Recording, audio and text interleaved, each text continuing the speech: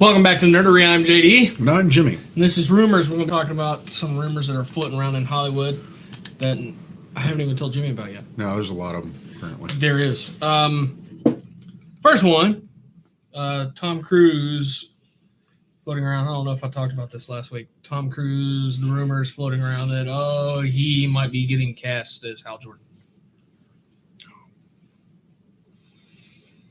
I don't know how to feel about that. Well, I can tell you how Henry Cavill feels. Oh. Because somebody actually put him on spot. Hey, if Tom Cruise is cast as Hal Jordan, how are you going to feel about that? Oh, I'd love it. I get to act with him again. Yeah. Well, I mean, they became pretty good friends over Mission Impossible. So, yeah. That arm reload. Yeah. I want to see Superman do that. Superman doesn't have to. This is true. I still want to see it, though. It's kind of a given. I mean, as an actor, sure. But, we'll see how things go. It's going to be the most expensive Green Lantern ever. Well, Warner Brothers is not confirming or denying because, it's Warner Brothers. The public will know when they want the public to know. Yeah. Not before. Right. So they're not even giving a no comment. They're just ignoring the question completely. I don't know, man. I think that kind of goes back to some of the old comic book movies where they would try and attach a big name actor to the movie to make it. Yeah. And I wonder if the budget would suffer because of it. Because I mean, Tom Cruise is not a cheap actor. No, you can't hire him for, nothing. The guy costs a lot of money to hire. So it might hinder the budget under those circumstances, but it is Warner Brothers. Yeah. There's actually a large amount of support behind this because after everything else that they've turned out, which in no way was small budget. Yeah. I think BVS's budget set a couple of records. However, when you compare side to side what Disney is putting behind the MCU compared to what Warner Brothers is putting behind the DCEU, I mean, it just completely pales in comparison. Yeah. So a lot of people are really excited that Warner Brothers is willing to put that kind of money forward to try to make a successful comic book film. Well, I mean, he's got the acting chops. That's no doubt. He's a licensed stuntman. Yeah. I would say I hope they approach it with Hal Jordan already being established as a Green Lantern. I believe so. It has been confirmed more or less that Jon Stewart will be in it as well. Okay. And I'm really hoping Tyrese Gibson lands that because, man, he was just chasing down that role. And everybody's saying, it would make sense for Tom Cruise to chase down a role in comic book films because literally everybody else is jumping in it. He hasn't had one yet. Yeah. And everybody else is jumping in it. No doubt one of the wealthiest actors in Hollywood is going to want a piece of that pie. Yeah. So financially, it makes sense for him. Not only that, but I'm sorry, but right now, comic book films really help a lot of actors stay relevant. Yeah, they do. And, they give some pretty interesting roles to some old guard actors as well. Marvel's notorious for it. I mean, you've had Robert Redford, Tommy Lee Jones. I mean, just to name a few, there have been several in the Marvel MCU. John Hurt. Oh yeah, keeps coming back and I'm hoping to see him come back as General Ross and maybe another Hulk film or, I'm hoping they go the Red Hulk route. And that would be pretty cool. I mean, it would really make sense with everything they already have out there.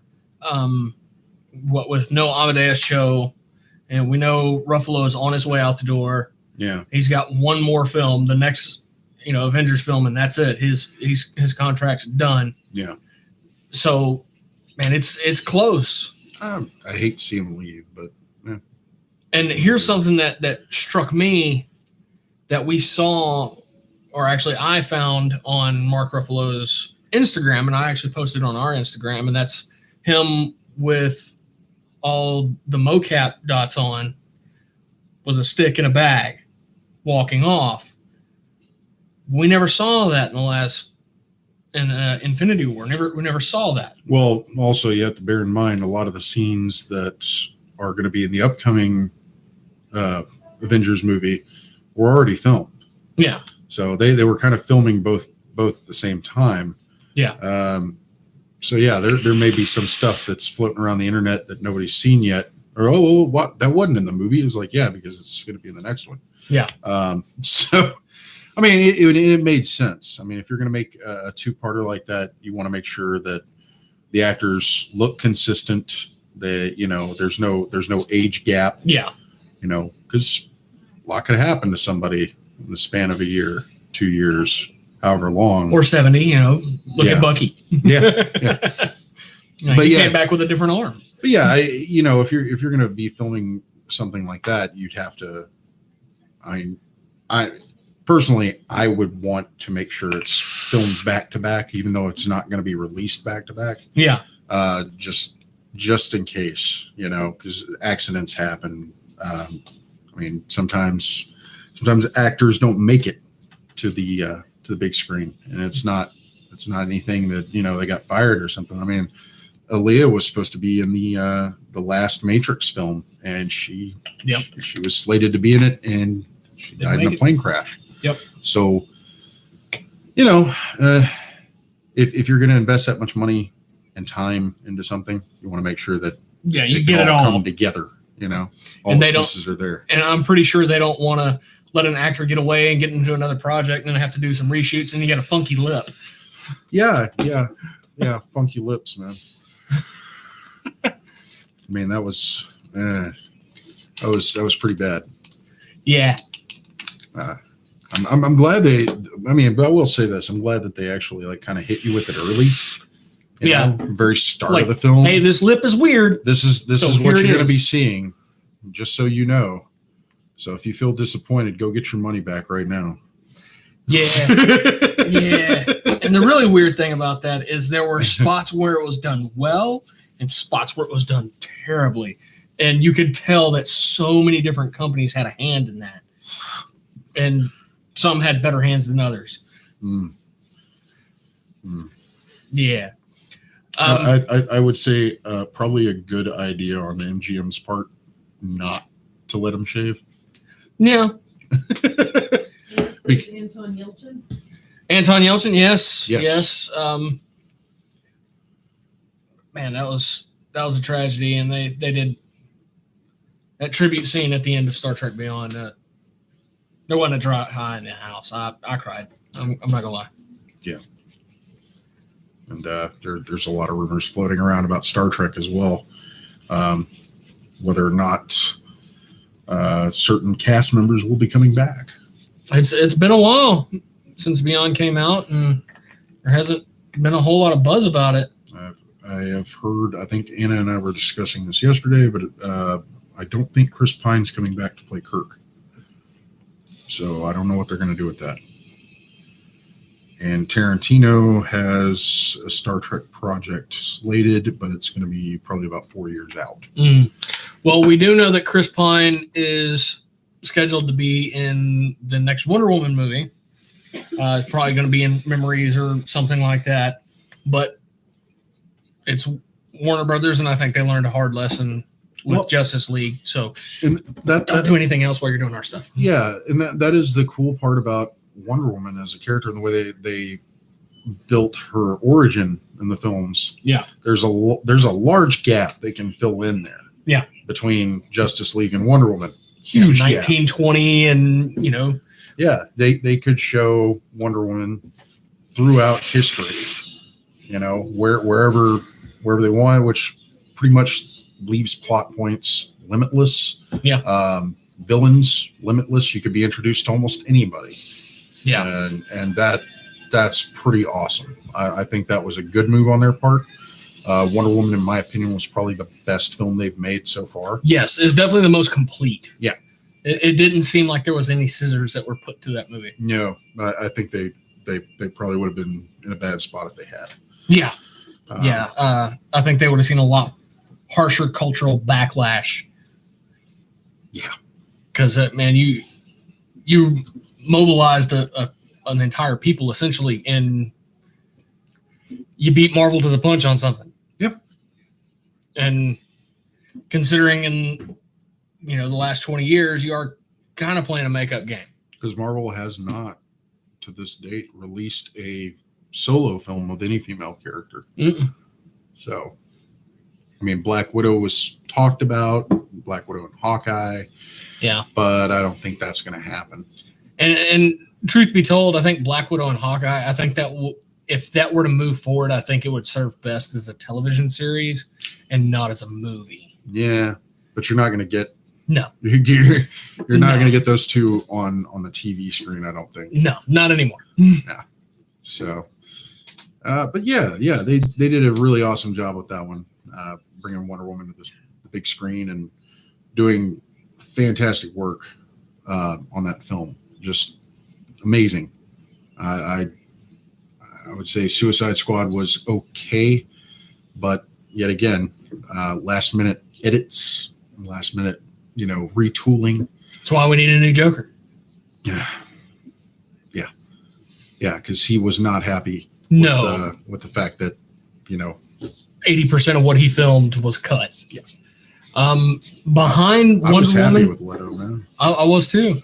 I think behind Wonder Woman, our next lightest scissor treatment would probably be Man of Steel. Yeah, because that was a very, very complete movie. There was chunks missing, and it's noticeable, but it doesn't hinder the story. No, it doesn't. I thought it was the best way to introduce Superman to a modern audience. Yeah, and we've all seen the introduction, a couple of times over, but for me, it really drove it home as realistic. Yeah, because that would be like the, I guess the alien encounter, the, Zod coming to Earth, and that was the preview. That, if anybody remembers, I mean, that was the big preview, and it was done in multiple ways. You had Batman sitting at his computer in the cave watching the video. You had everybody around the world, and you're like, what the fuck is this? This is some sort of alien movie. And it is. So it really drove that point home. It drove that idea home that Superman was not from Earth. It was like, hey, this guy's from out there, and there are other beings out there that are, looking for him. Something else I really loved about Man of Steel that was just well overdue was, and we've never seen it before, is getting in touch with who Clark Kent is psychologically and emotionally. Yeah. And to me, that's always been the greatest part of that character is the psychology of the character and the emotion of the character. I'm not going to lie. I cried like a bitch when Kevin Costner was just like, yeah. Cause you know why he said it. Yeah. Cause he didn't want him to reveal himself. Yeah. Not until you're ready. Yeah. And not out of impulse. He wanted him to do it in the way that he wanted to do it. And if that meant his life, so be it. And yeah, to really, really get into the psychology of that character and how he was raised, I wanted to hit that kid so bad. I'm not going to lie, Clark. Part of me wanted you to. But where would that leave us? Yeah. Would it make you feel any better? No. Wouldn't have made him feel any better. No. So just driving that point, it did such a fantastic job of driving that point home. And then the Jor-El speech was one of my favorite things about that movie, and it perfectly personifies what I love about the character. You can be an ideal for the people of Earth to strive towards. They will race behind you. They will stumble. They will fall. But in time, they will join you in the sun. In time, you'll help them accomplish wonders. That is everything that character is. Yeah. Without the cape, without the S, without the flying and the heat vision and X-ray vision and all this, that's what that character is. Because even if you take away all his powers, he's still an incredible person. That'd probably be the last time we see Russell Crowe in good shape. So, yeah.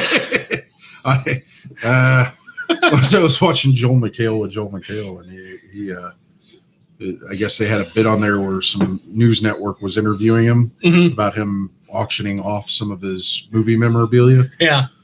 Man, he looked like he'd been eating cheeseburgers for a while every day. Well, I do know that his pro rugby team, I think it's in financially risky shape. Uh-oh.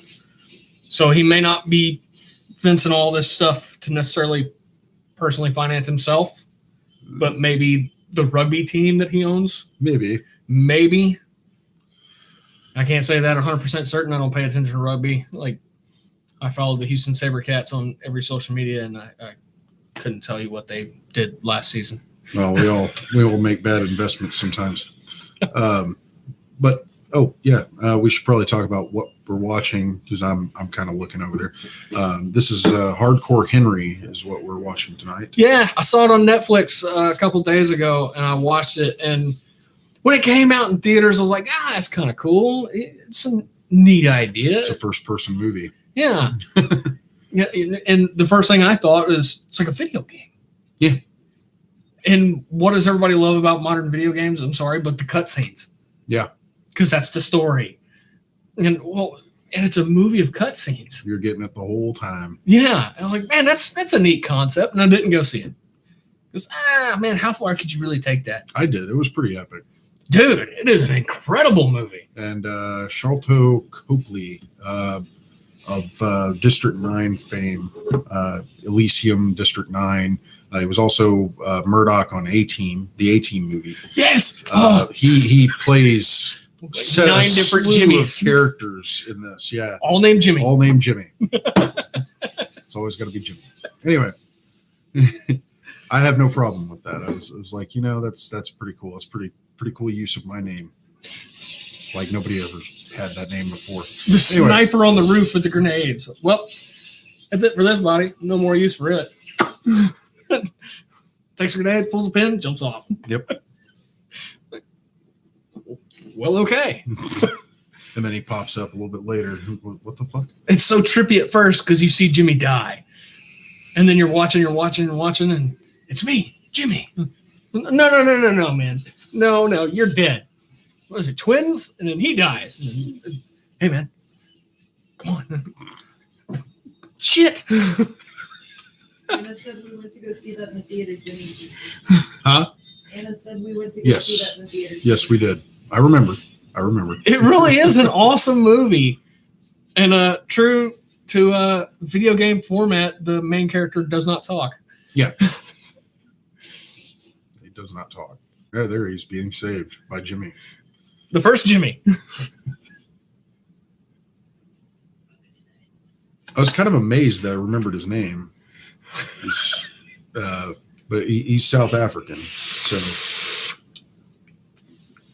he's got kind of an odd name for an American audience to understand. But, yeah. Next big thing buzzing around Hollywood also has to do with Warner Brothers.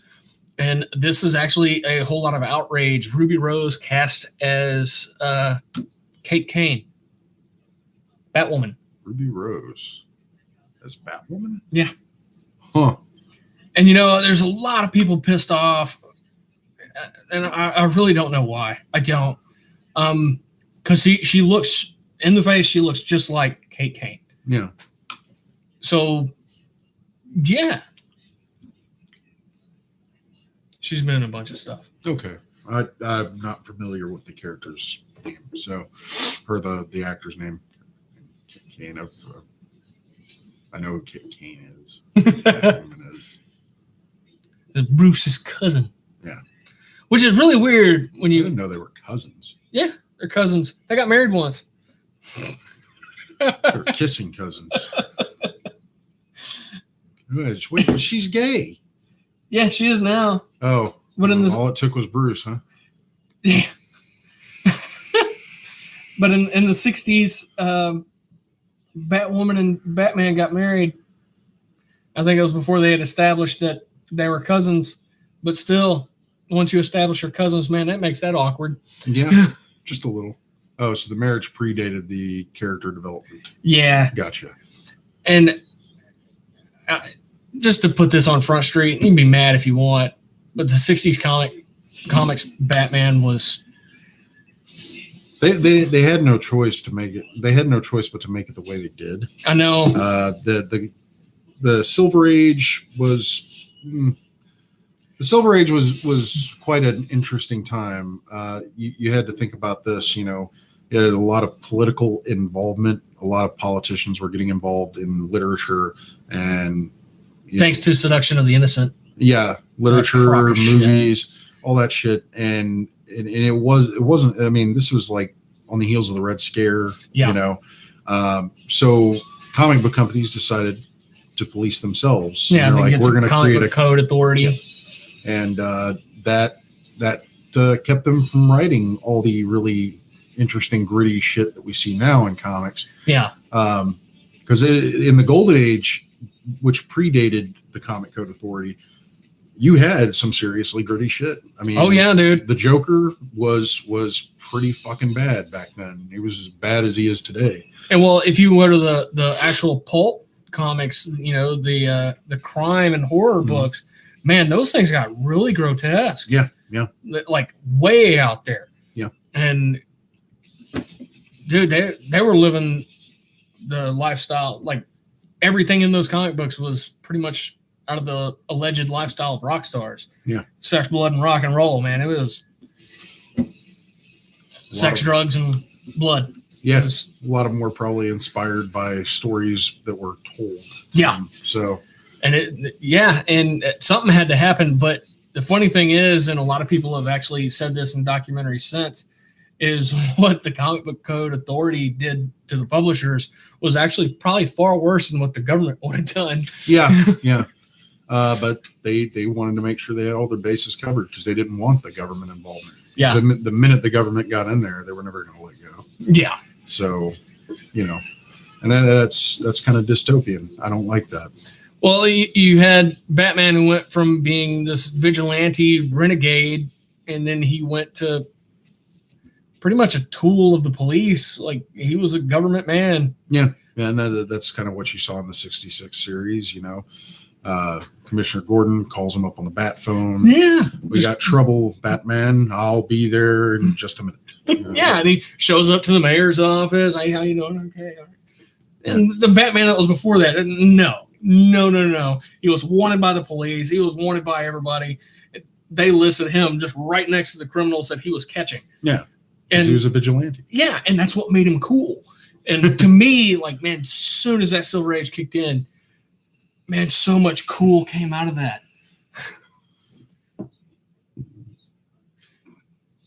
Like just cutting too much fat off the steak. You know, it's oh man. Like, yeah, I know the moral fiber's there, but it doesn't have all the flavor now. Well, you did have some interesting plot lines that were brought up. Superman suffered some seriously crazy plot lines in that time as well. Oh yeah. But Pink Kryptonite. But there were some memorable ones too. Memorable enough that they brought back the red and blue Superman in the late 90s. Which was equally awful. It was pretty fucking awful. They were electric Superman. And it's a containment suit. Oh, he lost his regular Superman powers. He's electric now. Those are containment suits? Yeah, that was the guys behind it. Oh, it's awful. Yeah. At first he was a blue electric Superman, and then he split. Yeah, into the blue and red. And here's the thing. Bear with me. The red and blue Superman of the Silver Age, I dig. Yeah. Because it was weird and it was quirky and it's just like, it's kind of unnecessary. But one was with Lois and one was with Lana. Yeah. And okay, so all right, so it started off really weird, and the red one went to like an alternate universe. It's still or something pretty like fucking that. weird, dude. Yeah, but it still is not as weird as he lost his Superman powers. Now he's fully electric. We got to put him in this suit, otherwise he just kind of dissipates or something. We don't really know. So what you mean to tell me that Superman turned into a battery? Essentially. Okay, the red and blue one before, it was weird and quirky, but I can live with it. They tied it off into a very, very neat bow. This electric red and blue, no, man, that's just really freaking weird. Yeah. He lost his Superman powers. It's pretty freaking weird. This movie is something else, man. Well, what happened to the black suit, man? It was like the solar radiation, capacitor. Jimmy's dead again. Yep, again. Guy goes through lives like fucking underwear. I think faster, Probably. like rubbers. They're good for one use. Don't make that mistake. Don't rinse and reuse. Don't do it like a mattress. You can't just flip it over and go again. No. Wow. But yeah, a bunch of people are pissed off because Ruby Rose got cast as Kate Kane, and man, I don't get it. I don't get what you're so mad about. Warner Brothers got to do something to shake this franchise up and bring out Kate Kane. I think that'd be an awesome move. It's not a bad idea. She's not quite as ruthless as Jason Todd. Yeah, but she is nowhere near as straight laced as Bruce. No, her methods are definitely not something that Batman fully approves of. No. But it's like, when you need to get the job done and there's not too many people around to help you out, you're not going to fucking argue about it. No. But we'll save the finger wagging for later. Yeah. You shouldn't have done that. It was a little much. Yeah, so he's got a broken hand and a broken arm, and all his fingers are broken on one hand. But I got the information I needed. Yeah, he'll recover. He's still alive. Yeah. I mean, he might not be able to masturbate ever again, but hey, you're going to need to learn how to use that other hand anyway. Shouldn't have been a bad guy. Yeah. Uh-oh. You chose this career. You knew the risk when you signed on. They know, workers' comp.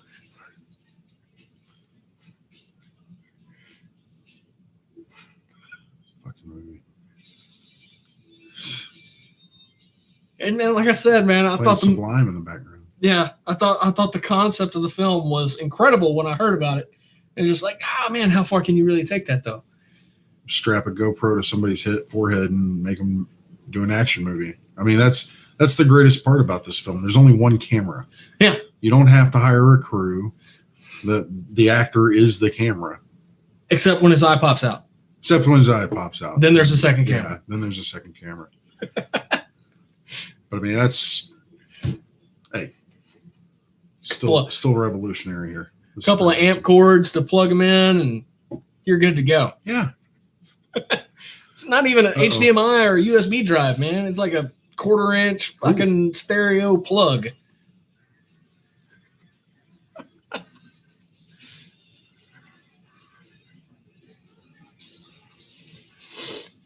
So anyway. Yeah. No, I really do hope Tyrese Gibson gets the Jon Stewart role. I think he'd be perfect for it. I'm not opposed to Tom Cruise playing Hal Jordan. It just, for me, it's kind of weird. Yeah. You want to hear my biggest argument about it? His height. Yeah, he's a short guy. Was he like 5'6" or something like that? So, yeah. No, I mean, but hey, Hal's not like 6'3" or anything. But he's pretty damn close to 6 foot. Yeah.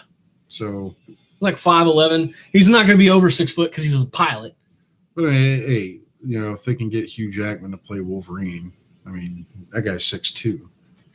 So, and Wolverine is like 5'6" in his height. Yeah, but the cool thing about Wolverine is he spends most of his time squatting, so you really can't tell how tall he is anyway.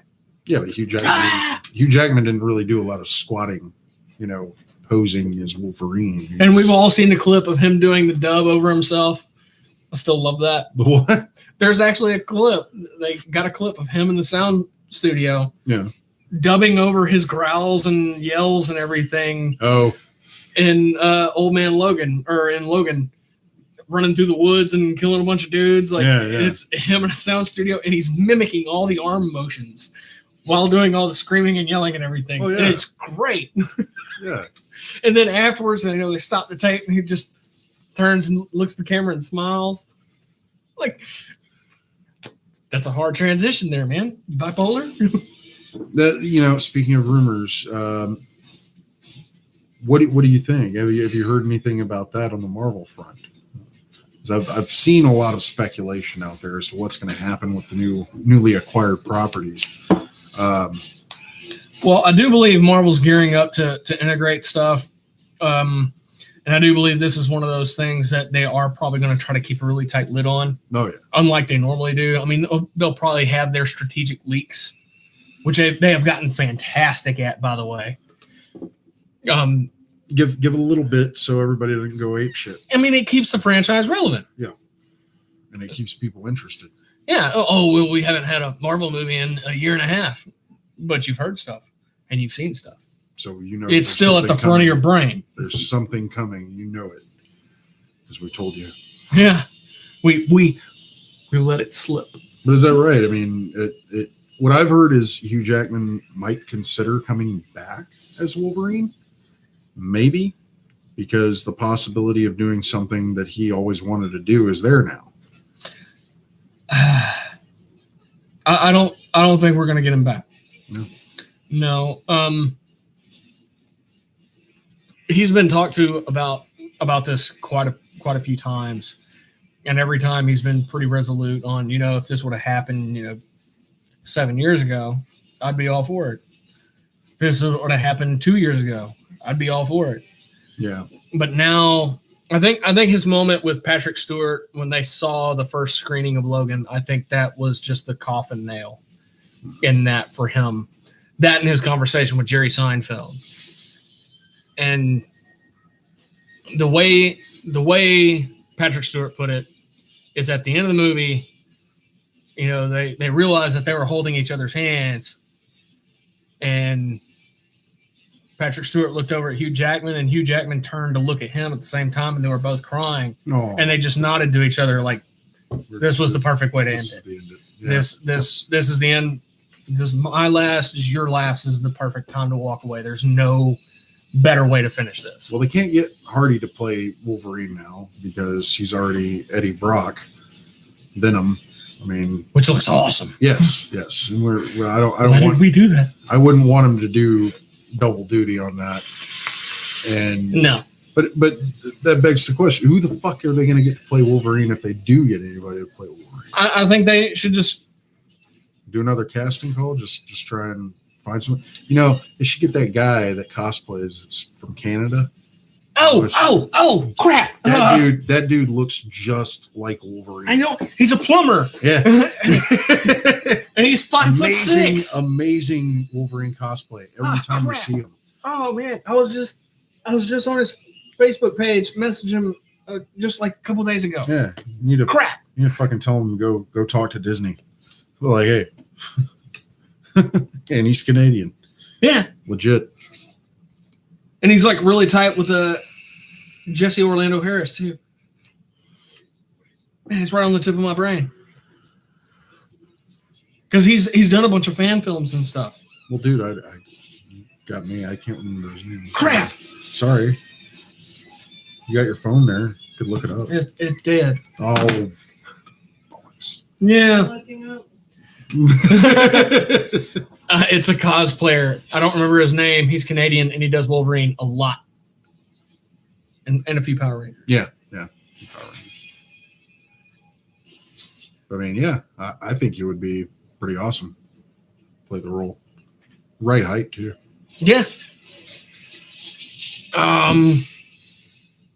Honestly, I think I'd be a little upset if they recast it at this point. I think instead what should be done is the actress that played Laura Kinney. I think they should just completely integrate her into the MCU because Logan is one of those things that can. The problem with it is the timeline. Yeah. Because they show her as a child in the future. Yeah. So unless some time travelers come along, it's X-Men. It could happen. There's a lot of that in X-Men, but unless a time traveler comes along, takes her back in time after she's already grown up and become X-23 or the new Wolverine. I have the perfect way for this. Okay, lay it on me, man. Okay. Lay it on us. Tell us what the fuck, what's on your brain. What was one of the movies we talked about last week that we really, really wanted out of this Fox properties? And a way to introduce the Fantastic Four.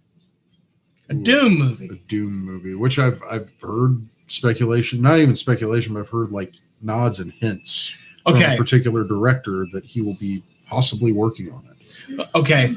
Doom would be a perfect segue for an already established Fantastic Four. Now, what is Victor Von Doom known for doing? Hopping around time. He loves to do it. Hopping around time and just to learn. And, yeah. Mostly. Not to like really corrupt anything or take over anything, but just to educate himself further. Yeah. Because that's, to him, that is the most powerful weapon there is knowledge. Now, if you have a Doom movie that takes place close to that same time, you could have him encounter a young X-23 and decide this one's worth something. And snatch her up like a souvenir and drag her around. It's not out of the character at all. It's not out of character. So that's a way to maintain that character, maintain that story, not like shitting all over it, because Logan was just a absolute film perfection as far as that character is concerned. So, yeah, I don't want all that shit on right now. And she did a really good job. Exactly. Really good job for as young as she is. Yeah. Her acting ability is pretty damn good. And, you know, the rest of the X-Men universe is kind of petering out. But that's one that's still there. It's still relevant.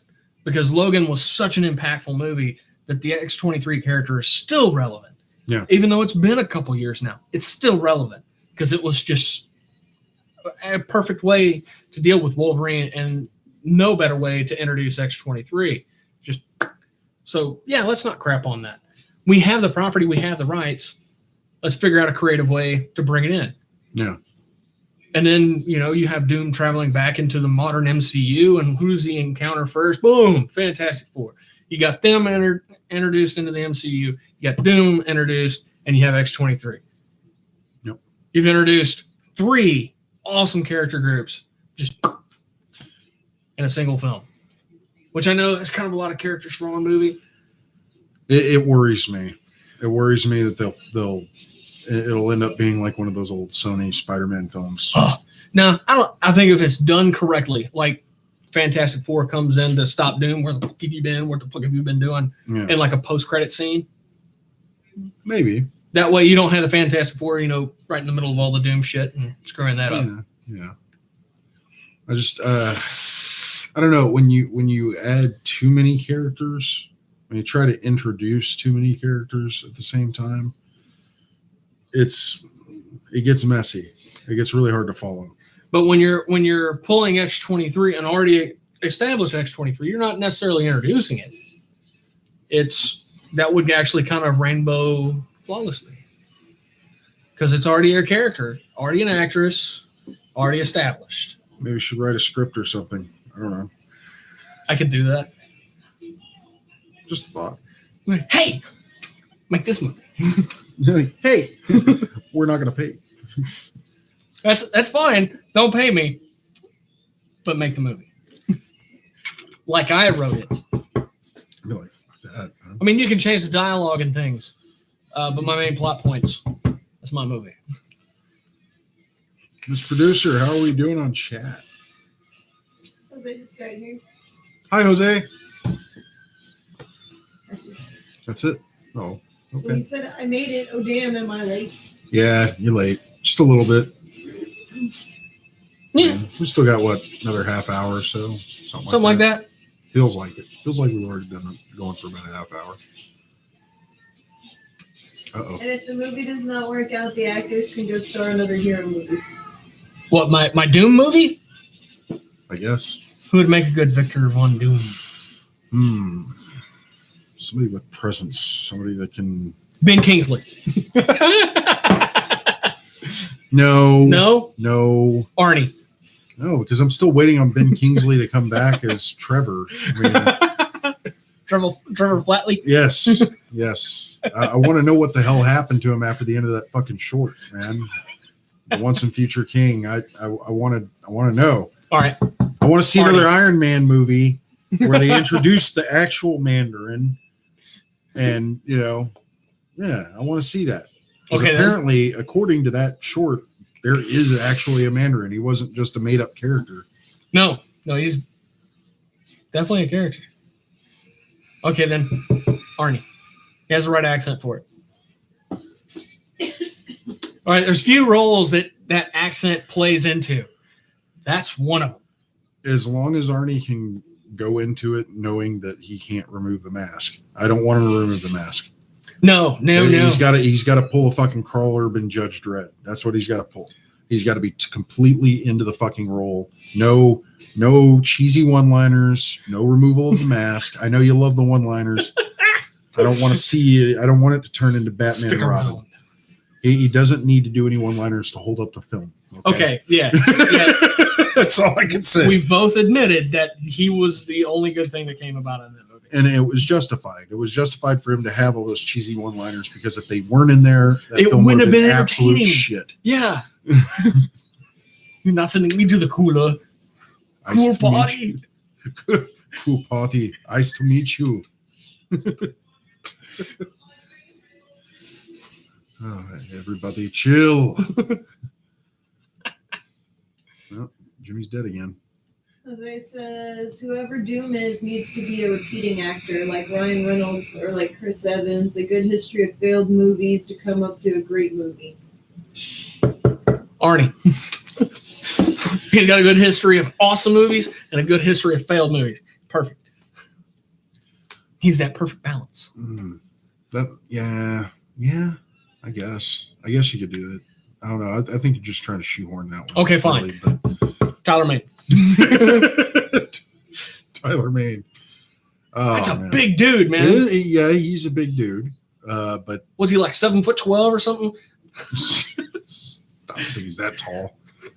I think he was definitely over 7 feet. I think he was like 7'2" or 7'3". I when I worked at the video store, my assistant manager actually got to meet him. Oh. So she said he was like tall, man. Huge. Hell guy. yeah. But the thing I have, he's the new Michael Myers. Well, but the thing I have an issue with that Michael Myers is fine. That's fine for him to be Michael Myers. Your hang up is the Sabretooth? No, my hang up is, how much acting ability does he have? Because Doom is somebody who is going to have a lot of dialogue and if Tyler Mane can't keep up with the dialogue, then it's lost. The performance is lost. Well, it took 3 actors to make a decent Darth Vader. I mean, they could use 2 to make a decent Doom. Took, I think, 3 or 4 to make a Colossus. I understand that. It took 2 to make a Groot. Yeah. They said what killed the dinosaurs? The Ice Age. What killed the dinosaurs? The Ice Age. Cool off.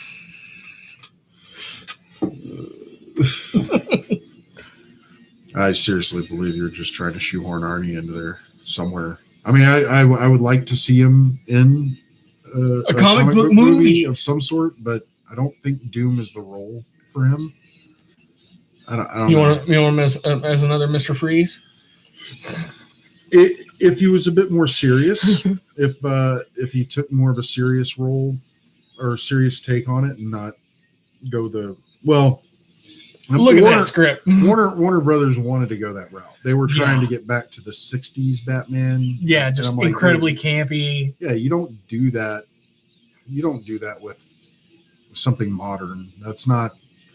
It's like you're fucking with the audience at that point. Yeah. It's like, what are we watching here? I thought this was a Batman film. Isn't this supposed to be the continuation of the last one? Which really was kind of a step away from the one before it anyway. So now we're just stepping further away. We have chat. So sorry guys, we decided to CGI Dr. Doom. We couldn't find a good enough actor. Tyler Mane. Tyler Bane. Oh, he was a good Sabretooth. He was good for the build and everything. As far as acting ability, though, Well, you got to admit that first X-Men movie was a bit wonky on the dialogue. they were trying. Yeah. They were trying. I'm not going to give it any shit because I was excited for that movie to come out. I was excited there was any X-Men movie coming out, regardless of how it was going to be. I just want to see Wolverine cut the top off of one of Cyclops' cars. What, stealing his bike wasn't enough? No, he had to turn his car into a convertible just like he did in the cartoon. That was awesome. I'm like, dude, that is some serious anger issues, and I love it. We have some confusing chat. I always hear hate go towards V Freeze, but the Riddler was oddly entertaining. I like Jim Carrey's Riddler. I thought he was very over the top. With the movie. Not The script called for it. Yeah, it did. He was a bit more out there than I would expect the Riddler to normally be. Yeah. But at the same time, Enigma wasn't exactly.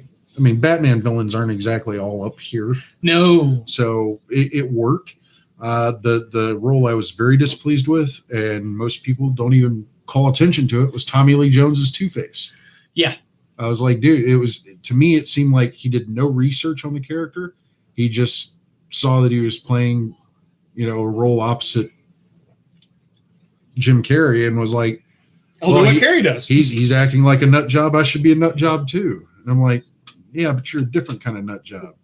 You're supposed to be all about the coin deciding your actions, not reflipping it every time you want to get an outcome. Yeah. He's not focused on getting a specific outcome. He's just focused on what the coin is going to give him. Yeah. Okay, says I'll give you the car convertible scene, but you need to give me more. Anna More. said that didn't they have some garbage version of Bane in that era of Batman films? Yes. Yeah. That specific Batman film. The look, and that was a wrestler. That was another wrestler that got to play the role, and they made him look amazing. He looked just like Bane from the comics. Yeah. Fucking ripped to shit and just looked like he could break Batman in half. And I think that movie would have been better if they had just had Bane and Batman, and that was it. Yeah. They threw too many damn characters into it and made it too damn campy. Jose says, bring TLJ back for the role, but as the judge.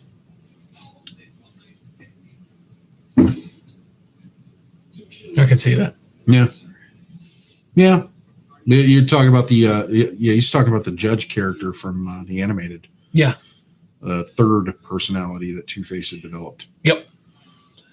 That would not be a bad idea. Mm-mm. But to be honest, I'd rather see Billy D. Williams. Come on, Billy D.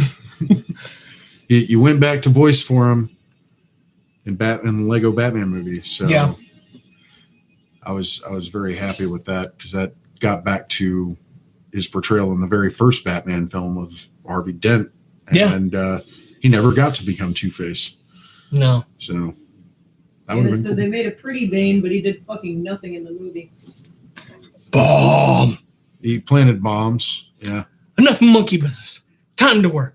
Monkey work. I just hated the fact that he was depicted as a dumbass. Bomb. Or maybe he was intelligent and fucking Poison Ivy had mind control over him. I just wish they would have established that. Yeah. And then what's his name? The guy who wound up playing Lionel Luthor in Smallville was the mad scientist who created Bane. Yeah. Yeah. Weird. More Warner Brothers tugging it. Which that's one thing I enjoy that they do, is they often bring back old actors and actresses to put in the new properties. Yep. We got more chat. Anna said, yeah, Bane was one of the smarter Batman villains, and but that's okay. They redeemed that character in Dark Knight Rises. Yes. Mr. Hardy did a magnificent performance of Bane. Probably was unrecognizable in the role. Yeah. Why don't you put that mask on? Yeah. That's it. That's it. And nobody knew who he was after he put on the mask. They just knew he was Bane. Who is it? Who played Bane? Okay. Same guy that's going to play Venom. Yeah. Really? He's also Mad Max. Yeah, he's also Mad Max. Is he still slated to play any more Mad Max films, or? No word from the George Miller camp. Oh wow. It's very much George Miller. I'm going to make a movie, but I'm not going to talk about it. Okay. No, hopefully he's getting to do something else with that film franchise, and Dude, awesome. I know you want to, and the new. Oh, that's something I need to tell you. I don't know if you've seen any previews for the new Lego movie, but yes, you have. We saw some previews and we went to go see Deadpool 2, I think, and you made comment of Emmett standing there in front of the guy at the store and saying it looked just like the video game whenever you go to the merchant or whatever. Oh, and yeah, from the Mad Max original NES game. Because it looks like Emmett is having to deal with a dystopian, like post-apocalyptic. I forgot Mad all Max about world. that. Yeah, dude, I love that so much. Because I've actually met very, very few people who are such diehard Mad Max fans that they played the original NES game. And the funniest thing is when you go into the little trading post, all you have is a still shot of a guy with a mohawk. You have 4 items down at the bottom, and it's just a finger that you slide over. And then there's a bunch of signs and crap. He's got a mohawk and a respirator. Yeah, and just you have your finger to select what you want. You don't have enough money. First one you stop at, you never have enough money. I always thought it was... You just have to go back there, I guess. Yeah, I always thought it was the funniest thing. It's very much NES. Okay, here's a place where you can get supplies. Yeah, you don't have any money, you can't get anything. It's one of those unbeatable games. I've yet to meet anybody who beat it. It's like Tetris. But apparently you can. Okay, well, it's not like Tetris. Because you have to fight Lord Humongous at the end. Okay. And apparently you can actually put in the password that'll take you right to that last level where you're fighting Lord Humongous. However, you will not be able to beat him. Because you have to pick up items. A certain item that you have to pick up to beat him. So you actually, if you want to beat him, you have to start at the level before him. Aim for the lake, bro. You're not going to hit the lake. Oh. But yeah, that scene showing the 4 items and the guy with the mohawk, I lost my shit. I know that! So speaking of villains, I would have loved to see the Kingpin from the Daredevil movies make a comeback. R.A.P. Michael Clark Duncan. Yeah. Oh, yeah. Yeah, but you do have to say that, we did get a really good Kingpin in the Daredevil TV series, or the Netflix series. I'm having one of those Gary Oldman moments. I know who he is. He was in Full Metal Jacket. He was in Law and Order. Men in Black. The Cell. Son of a bitch. Losing my mind. It's terrible. He was in the first Jurassic World movie too. Oh, son of a bitch. I lost it. Vincent D'Onofrio. That one. Jose literally just said it. Jinx. I wish they would have made him a little bit more of a brawler. We saw him fight a couple times, but I wanted to see him take off the coat and kick some ass. I would say there's definitely room for him to come back. Yeah. The last time you see him, he is in the prison and he's pretty much taken it over. He's realized that it's much easier to rule a criminal empire from the inside of a prison than it is on the outside. You're already in the worst place you can be. Only place you can go is up. Yep. And if you said he made me afraid of car doors. yeah. That guy was pretty fucking brutal. No, D'Onofrio did an awesome job as Kingpin. I was so impressed with that. Yeah. Michael Clark Duncan did a great job as well. Unfortunately. But that was the brawler that I wanted. Hi, Anna. Good night, baby.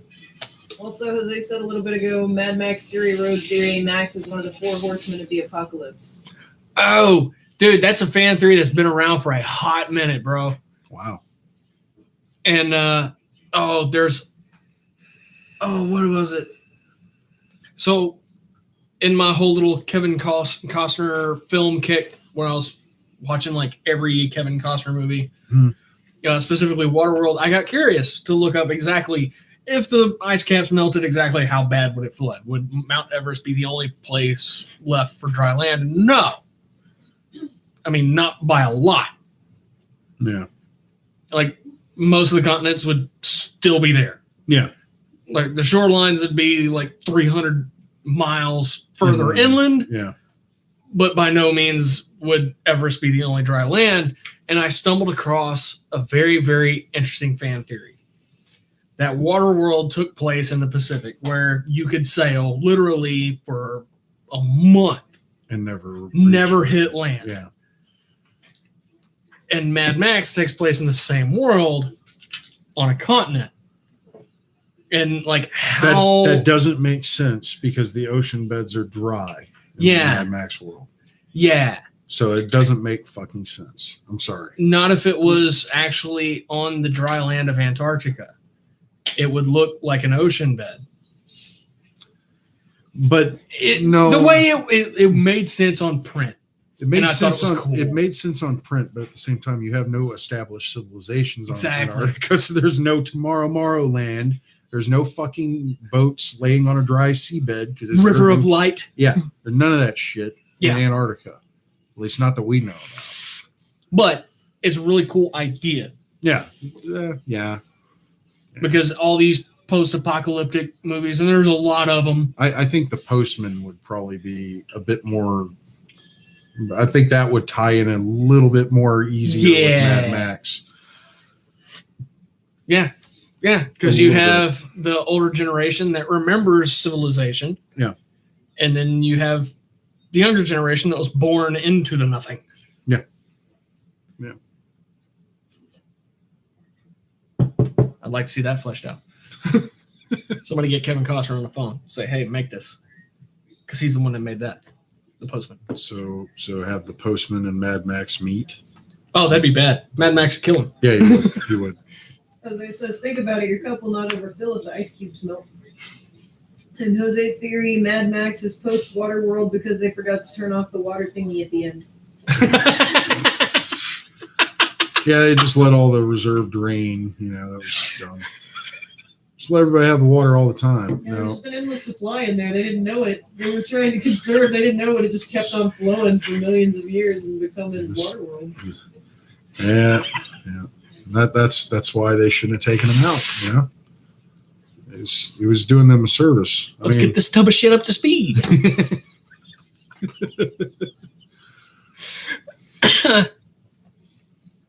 No, but I did stumble across that fan theory, and I love fan theories that tie into Mad Max because there's literally so much openness and so many plot holes, and it's such a great franchise that nobody questions it. Yeah. Like, wait a minute. His kid lived. Where's the kid? Yeah, he was all fucked up and shit, but he lived. Where's the kid? Goose. Goose lived. What happened to Goose? Well, Goose was supposed to be Lord Humongous. Yeah, that's right. That's right. Yeah. So the kid, I don't know. Yeah, that storyline never got tied off. And I'd love to see it come full circle one day. It'd be awesome. Yeah. Because I remember stumbling across, there's actually a website, madmaxcars.com, and they actually import Australian vehicles to the U.S. That's the whole purpose of the site. But they also collect all sorts of Mad Max memorabilia. Nice. Like if you were to buy a Falcon from them, import it, and then do it up like the black on black, send them pictures. They'll put them on the site. Hey, they bought this car from us. Check out what they did with it. This is what it looked like when we sold it to them. This is what it looks like now. Yep. And they are one of, I think, 4 suppliers globally of the front end that it takes to make the black on black. The black on black. Because that was a custom front end. Yep. It was the two that they put on the movie cars are the only two that they made. And in the very, very beginning of the Road Warrior, we got to see one of them smashed. Yeah. So there was one original one left, and that poor car. They sold it to a guy, and then, we're going to make another movie. Oh, buy the car back. Oh, okay, we're done. Sell the car to somebody else. Oh, we're going to make another movie. Oh, buy the car back. Yeah. Oh, we didn't wind up needing it at all. I sell the car. And then years and years later, hey, we're making another movie. We need the car back. Seeing Jimmy over here body hopping. I guess his consciousness is... Yeah, just leaping from one body to another. He's in like some 80s punk rock dude. Yeah, but that one kicks some serious ass.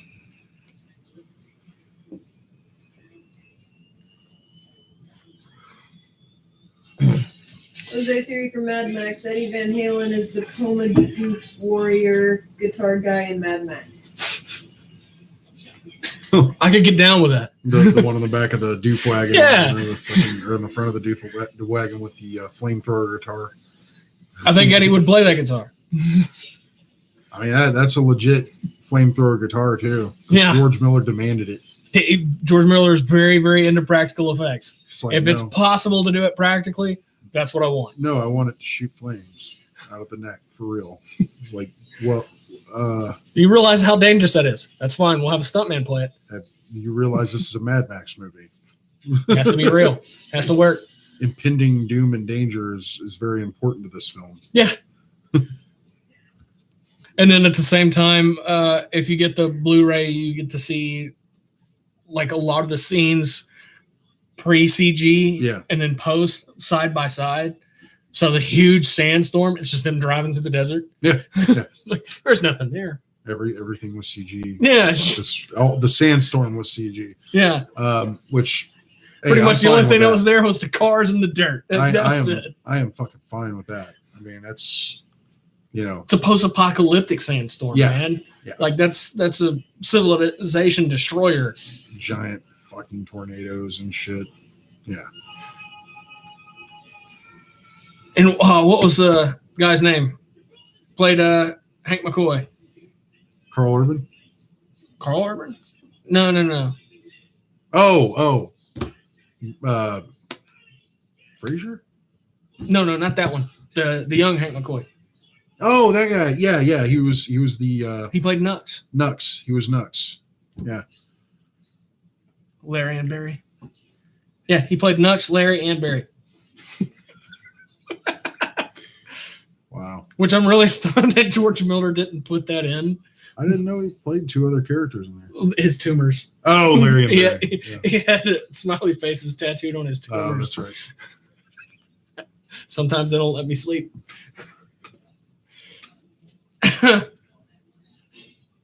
Holt? Something Holt. Yeah. Hoult. Yeah, I can't remember his name. Sorry. So there's no rumors on Mad Max. What rumors other than the DC? Well, Jose's still got Mad Max theories going on. Oh, yeah? Let's go deeper, Jose theory. Fast and Furious Impala was refurbished by the Winchesters from Supernatural, which was found by Mad Max in an abandoned warehouse. The Charger? Impala. Oh, it was a Charger. He said Fast and Furious. There were a lot of Fast and Furious movies. I'm sure there was an Impala. I'm sure there was an Impala somewhere. But the Mad Max car is a 73 Australian. No, he said it might have been a Charger. Yeah. 73 Ford Falcon XB. You can't find stateside. No. The American Falcon was a family car. Yeah. The Australian Falcon was a muscle car. Not like a little muscle. Like a Torino on steroids. Nice. Very nice. And the original motor in the black on black was a 426 Hemi. Yeah. Which they blew up 3 times. Apparently, one of them was due to an oil pump failure. Ooh. Ooh. Yeah, there he is. Fuck, dude. Goes into the windshield, out to the back door. I like it.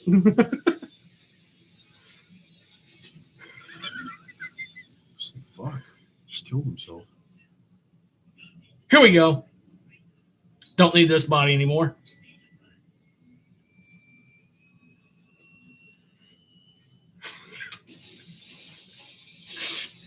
Oh, there was no y'all are watching. Hardcore Henry. That's right, you weren't here for that. Yeah. Imogene's mind. A grenade a day keeps the enemy at bay.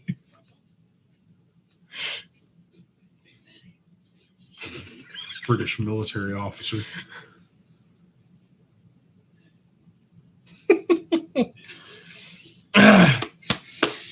So, not any real Marvel rumors right now. No. No. I do know Zach Kaplan, as far as comics go, he is the writer to look out for. Anything new that he does, I highly suggest picking up, especially in the #1 issue. The guy has 3 titles out right now, 2 of which have been picked up for television series. So, Port of Earth has been picked up, or no, not Port of Earth, Eclipse and Lost City Explorers. Lost City Explorers got picked up shortly, I think the statement was made officially just a couple days before the 2nd issue was released. Nice. So somebody really liked that first issue. Yeah. And they probably just got with them and, hey, so lay it all out for us. What's going on here? What are we going to do with this? Yeah. We like it.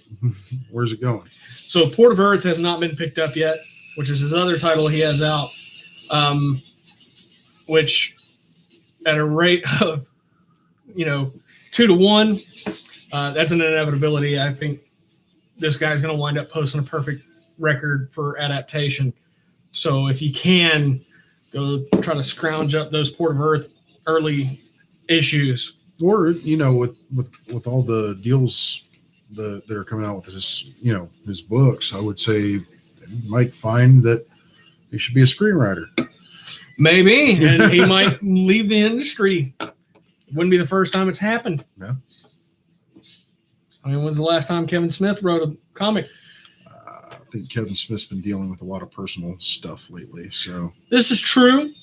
I still want a follow-up to Widening Gyre, because damn it. If you want to read a Batman story that'll just fucking leave you on a goddamn cliffhanger, Widening Gyre.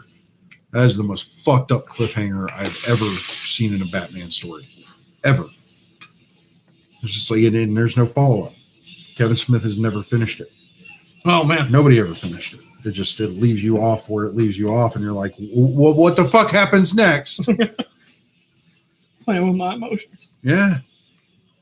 I mean, he was going into some territory that a lot of people wouldn't go into with Batman. Yeah. Like him getting a relationship, actually getting married, and bringing somebody in to kind of be the next Batman, and then finding out that they weren't who he thought they were. Yeah. And they were totally somebody that he would have never wanted them to be. So, yeah. News on another writer, friend of the show, Matt Hawkins. Yes. A lot of his newer stuff is actually going out on Kickstarter. Really? I just missed the boat on one of his graphic novels that the Kickstarter just closed, I think maybe 2 weeks ago. Oh, shit. And I missed out on it. I think the next thing that he's going to have up is Golgotha Volume 2, which guaranteed I'm getting that. My name's already in the back of the first volume. I want my name in the back of the second volume, too. There you go. Stairway, I think, is the one that the Kickstarter just closed out on. Okay. Because he was sitting there saying that he was already sitting at a desk signing trades for people. Like, sign them! I missed it. I didn't even know it's up yet.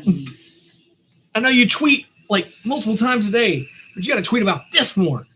What's going on, Tony? Jose says, speaking of Batman and your shirt, I always wanted to read that comic where they combine Wolverine and Batman. Dark Claw. There's two of them.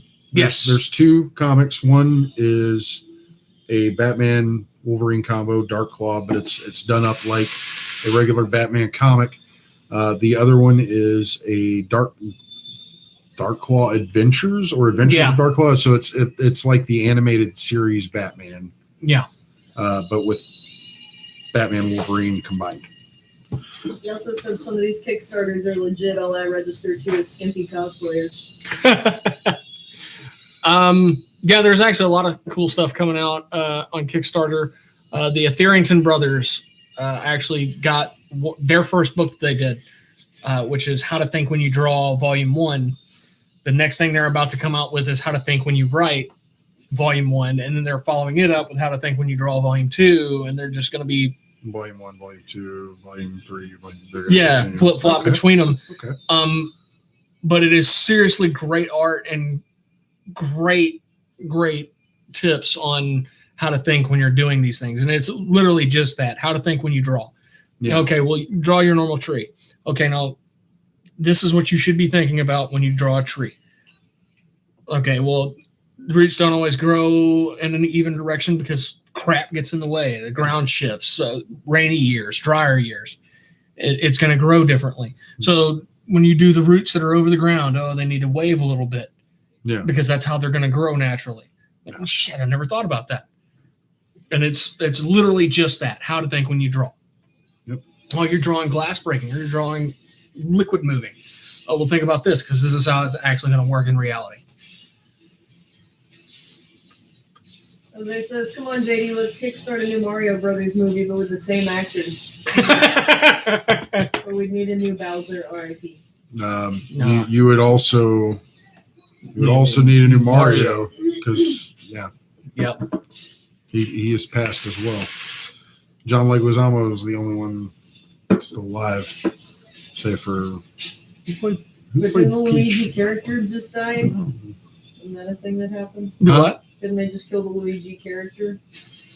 Well, but the actor that played Luigi is still alive. Yeah, but they just killed the character, so nobody can play. Did they?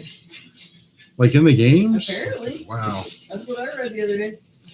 Huh. I don't play Nintendo. So. I don't either, but I've heard the Switch is pretty awesome. But yeah, he said they killed off Luigi in the games. Jose agrees. Wow. He wants to hire the same Yoshi though. I'm down for that. I like that Yoshi. He was adorable. Man, it's been so long since I watched the movie. I don't know what that bitch's name was. There was the princess. I liked her with the little dinosaur. They had a cute little dynamic in that movie. Princess Peach. Yeah. What about Toad? Who played Toad? He said he got done in by a Reaper when they introduced another character from Castlevania. Huh? Learn something new every day. Haven't played a Nintendo console in quite some time. Yep. I don't think my DS counts. It was the last TV console was GameCube that you played? GameCube, or was the iteration before GameCube? N64. N64. Yeah. I think that was the last one I owned. Yeah. Well, I still own it. I played a little bit on GameCube when I went to friends' houses who had it, but like not much. Yeah, I've got an N64. I just have no games. Which is weird because I have games and no N64. Should solve that problem one day. Dude, I got Pod Racer. I got what was the... You got Rogue Squadron? I do! That was it. I have that one. I have Tony Hawk Pro Skater 4. I still remember cheats from that one. So do I. Was Pro Skater 4, was that the one that had Boba Fett as... No. That was later, wasn't it? Yeah. Yeah. This one, crap, I can't remember his name. Darth Maul? No, he had it was a surfer. I can't remember his name now. Oh. Well, I know that they had one that had the Cosmic Spider-Man. I think that was a later one. Oh. Yeah, it might have been. Tony Hawk said he wasn't even all that great of a skater until they started making video games. And crap, I got to learn how to do this. Son of a bitch. People are going to expect me to do shit like this. Fuck. As I said, aside from ROMs, best way to play them old games is on a CRT TV. CRT TV. I don't know. Clarify that. What is a CRT TV? Tube. Tube? Yeah. Yeah, you can't play Duck Hunt on modern screens. No, you can't. A lot of those like N64 games and stuff like that, man. If you try and play them on a flat screen without fucking with the resolution and shit, Oh yeah, it clips. looks like shit. Looks It's a tube absolutely. TV. You said big box TV. Okay. Yeah, a tube TV. Nah, I think we had a VCR hooked up to this TV for a little while, and it clipped so bad. Damn. It looked awful. Like, okay, I'm going to give this to the kids. Oh, somebody's been watching him.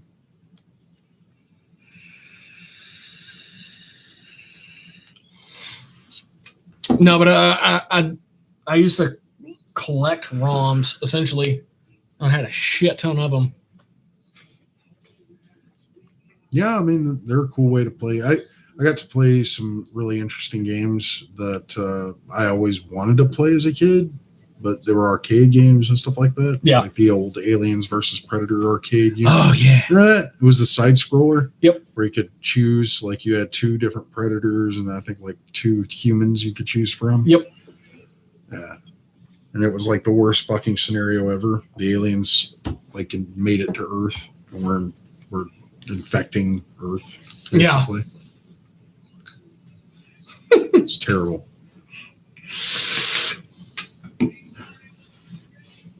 I still want to see the whole xenomorph thing taken to an extreme. Like, infect a shark. I want to see that. That would be cool. Yeah, there's a lot I don't want to see as far as that goes. I think xenomorphs are very terrifying. I just because they're like giant. They are essentially giant bugs. Yeah. They have no remorse, no concern with your well-being. It's all about Hive mind. Well, it's all about Serve the queen. population. Yeah. Keep populating.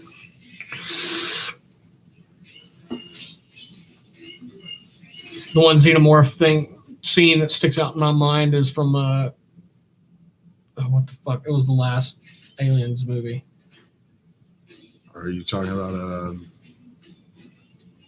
the follow-up to Prometheus? No, I'm talking about like Oh, Alien Resurrection? that one. The one with the one. The baby getting sucked out of the hole. Yeah, Screaming yeah. mama. Yeah. That was a Guillermo del Toro directorial film there. That's why you saw Uh-oh. that's why you saw Ron Perlman in it. Oh, yeah. The guy in the wheelchair, that was also one of his staple actors from back in the day. Both him and Ron Perlman were in City of Lost Children, which was a really, really crazy Guillermo flick from way back when. Was Doug Jones in Resurrection? Oh man, if he was probably a creature of some sort. He was probably a xenomorph, but I don't think they did any like practical effects on those. I think they used CG. He may have been a baby. He might have been, maybe. Tall. Doug Jones is a tall man. You look concerned. Speaking of giant bugs, there's an anime called Terraformers, where the bad guys are a billion people race of humanoid cockroaches that looks like professional bodybuilders, and the heroes are animal and insect-based mutations trying to capture them for science. That sounds really weird. Sounds really weird. I'm gonna go with really weird. Really weird? Yeah.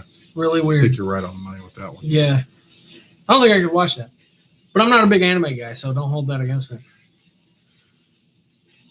I like older anime that I can't find anymore. I like Voltron. Voltron's cool. Speed Racer. I liked Your Lie in April. That was a very emotional series. As anybody that's been watching for a while should know, I like Gundam.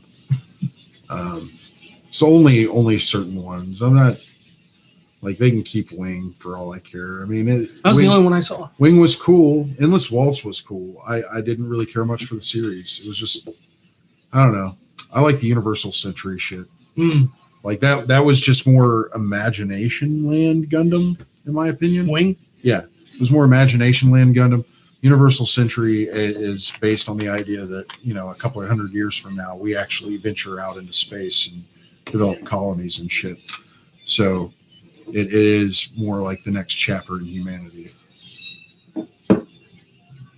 Jose, I guess that was the whole comment. Your lie in April made me feel ... I guess it made him feel. And I don't think Straight up. That's the reason I love that series. It punches you right in the feels hard. Then he asked if y'all have seen Gundam Orphan.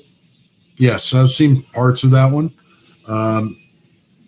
That one's another one that's kind of hard to fit with everything I like that's established. I don't know. It's for me, it's weird. It's kind of a weird one because I don't know if that is a Universal Century story arc or if that's from something else completely different. They do that like G Gundam, which was like the mobile suits that fought. You know, like they fight. Every country had a mobile suit, and they would go around the world and fight each other and shit. Yeah, that was like totally off from the original Gundam story arc that came out. That sounds pretty close to AC though, which sounds up my alley. Kind of, but it's not. It's more like a tournament as opposed to like war. Yeah. Well, because AC's whole premise is there are no longer countries. There's these massive corporations. And basically you don't live in a state, you don't live in a country, you live in that company's kite. Right. And it's all over control of, it's a war all over control of resources. And apparently if there's a conflict between two corporations, it's ongoing, it's costing too much money. Okay, tournament. Yeah. Winner gets it. And that's very in tune with like the way some battles were fought, you know, several hundred, maybe a couple thousand years ago, where you had these two massive armies that knew they would suffer horrible casualties if both of them were too much money. So the generals would get together and be like, all right, well, we don't want to kill, we don't want to destroy, you know, we don't want all these people to die. Yeah. We know that your army's fucking badass, our army's fucking badass. There would be a lot of people dead at the end of this shit. We'll settle this war in the old way. Get your best champion. We'll get our best champion. Achilles! Whoever fucking wins, that determines who's going to win this battle. Yeah. So. As I says, did y'all see the thing on TV where USA and Japan made real mech bots to fight each other with people in them? I heard that was really boring. Yeah, he said I was horribly disappointed. I wanted to see more metal get destroyed or like an eject seat being used. Then I saw first-person drone racing, and that was awesome. Yeah, the drone racing's pretty awesome. Mech robots, not so much. I don't know. All it takes is some jaws of life, man. I've seen some of the shit that Japan was developing for that, and it looks impressive. But yeah, I think it would be overall very boring to watch. That's what it sounds like. Yeah, because we're not talking like, you know, they're firing real bullets and missiles at each other. That's just depressing. Yeah. All that, and that's the end you get. That's crap. Yeah. But I will say, probably definitely a good example of what not to do when making a mech militarily. If the military was looking at it, they're like, you know, yeah, we probably shouldn't do that. Or let's make it better. All right. Well, we about out of time. Final thoughts. I guess we'll call this Jose's final thought. BattleBots are freaking amazing, though. Those little toy death cars are awesome. BattleBots are pretty freaking cool. I want to see if somebody make one like a Ricochet. Remember those? Yeah, I had the one. Tycho Ricochet. I had that. I had that where it's double sided. Yes. It flips over. Because that's how most of them lose. They wind up on their back. Yeah, that one you didn't have to worry about it. You just had to worry about it ending up on its side. And even if it did that, you could still spin the wheel and flip it. You didn't have to worry. Huh. It's very nice. I'm going to say my final thought. Nice to meet you. Welcome to the party. Cool party. Arnie is Dr. Doom. Arnie Arnie's really? Dr. Doom. Yeah. Why not? Fucking love it, man. The only thing I'm having a hang up is like any flashback scenes where they show him and Reed Richards like working together in college. That'd just be weird. It'd be great though, because they don't ever have to show his face. Just always over the shoulder. Maybe they went with that angle. Yeah, show his hands, what he's doing. Yeah. Never show his face. So, it's my final thought as well. Arnie is Dr. Doom. Tanya, final thought? Other than Nick's? Bye. Goodbye, everybody.